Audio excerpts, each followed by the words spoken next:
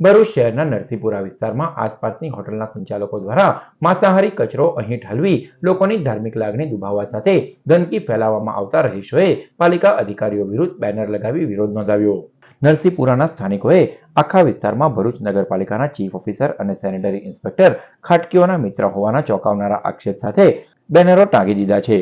સ્થાનિકોનો આક્ષેપ છે કે અહીં આસપાસની માંસાહારી રેસ્ટોરન્ટ દ્વારા કિચન વેસ્ટનો નિકાલ કરી ધાર્મિક લાગણી દુભાવવામાં આવી રહી છે. તો બીજી તરફ અહીં ખાટકીની દુકાનને ખોલવાના પ્રયાસ શરૂ થઈ રહ્યા છે ત્યારે સ્થાનિકોનો પારો સાતમા આસમાને પહોંચ્યો છે. અહીંયા પેલી હોટલો વાળા જે મરઘી મટન નું બધું ચાલે છે ને હોટલો તે બધી ગંદકી અહીંયા નાખી જાય છે તો છોકરાઓને રમવાનું પણ મુશ્કેલી પડી જાય છે. ને બીજું કે કાગડા અને બિલાડા કૂતરા બધું જ ખેંચી લાવે છે. એ ગંદકી અમારે સહન કરવી પડે છે એટલે આ જલ્દી તક આ બધું બંધ થવું જોઈએ. અહીંયા મરઘાના પીછા ને બધું નાખીને જાય છે અહીંયા અને અમારા આંગણા સુધી બધું કૂતરા ને બલાડા બધું અહીંયા આવે છે. હવે અહીંયા એક પાછી ખાટકીની દુકાન શરૂ કરવા માંગે છે લોકો. હવે એ બધું થશે તો અમે લોકો ક્યાં જઈશું?